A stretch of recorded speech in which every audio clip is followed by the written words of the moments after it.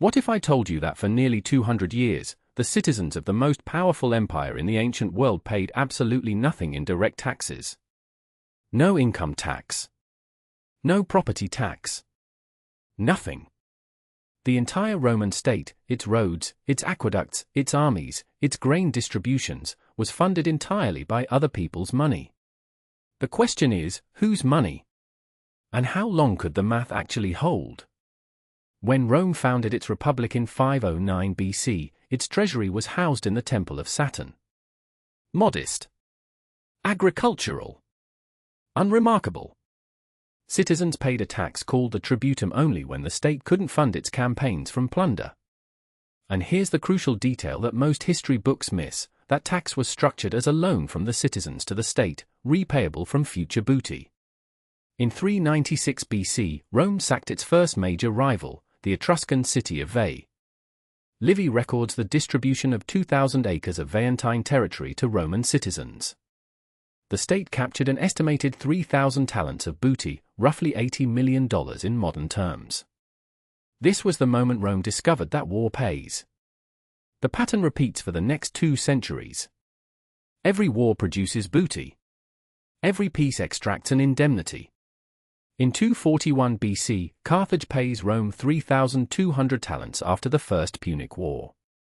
In 190 BC, and this is extraordinary, Rome defeats the Seleucid king Antistius III, a ruler who had never threatened Italy directly, and extracts 15,000 talents over 12 years. That's over 500,000 kilograms of silver. Then in 168 BC, Aemilius Paulus defeats Macedon at Pydna. In a single day, 70 Epirote cities are sacked. Livy records that 150,000 people were enslaved. The triumph lasts 3 days. And then, in 167 BC, everything changes. Rome abolishes the tributum entirely. The property tax on Italian citizens disappears. Why? Because war plunder and provincial tribute now fund the entire state. This is the economic foundation of the Pax Romana. The provinces pay so Italy doesn't have to. From this point forward, Rome cannot afford to stop expanding without imposing domestic taxes, and no politician will risk that. Act 2. Rome didn't collect its own taxes. It outsourced them to the highest bidder. The system was called the publicani. The Roman state auctioned the right to collect taxes in each province to private corporations. The winning societas publicanorum paid Rome a fixed sum upfront. Then it kept everything it collected above that amount. Think about the incentive structure. If you've paid up front for the right to squeeze a province, you're not going to stop at the legal rate. The Decumani, tithe collectors in Sicily and Sardinia, collected a flat 10% of all grain.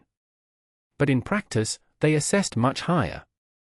Cicero's prosecution of Verres, the governor of Sicily, documents grain worth 3 million sesterces per year in illegal surcharges above the legal tithes. Cicero called the publicani the most honorable order in the state, in public. In private letters, he described them as the race of men who do the most harm.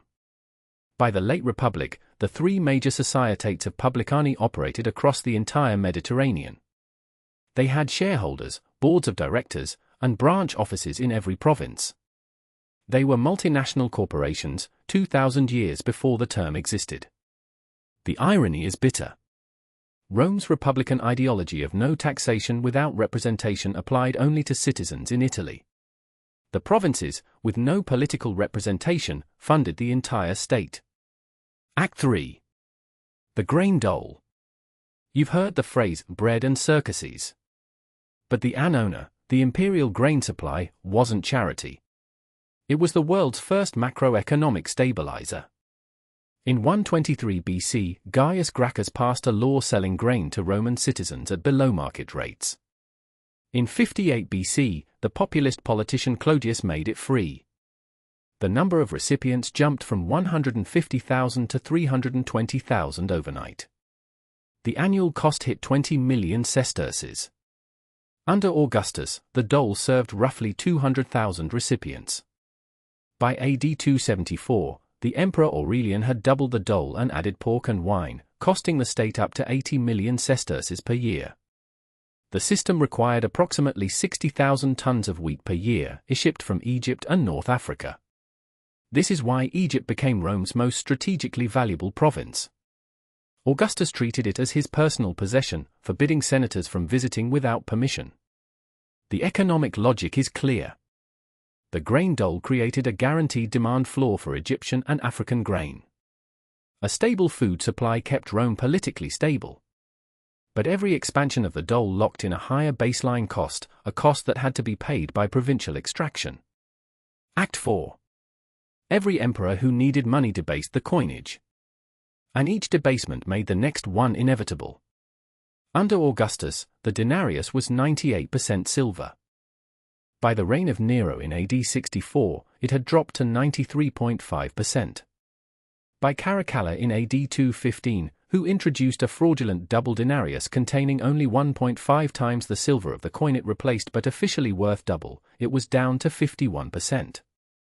By Gallienus in the 260s, the denarius was 5% silver. By Diocletian, roughly 3%. Wheat priced in denarii rose 33 times over this period. But, and this is the fascinating part, in silver terms, the price of wheat stayed roughly constant. The crisis wasn't that food became more expensive. It was that the money had become worthless. The military was the main driver.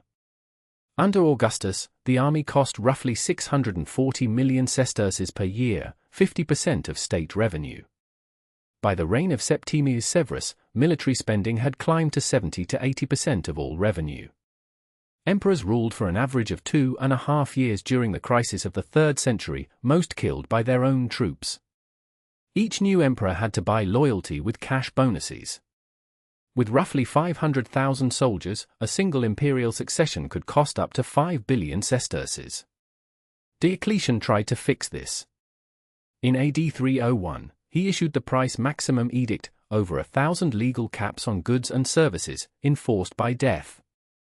His preface blames inflation on greedy merchants, not on a century of monetary debasement. It failed within months.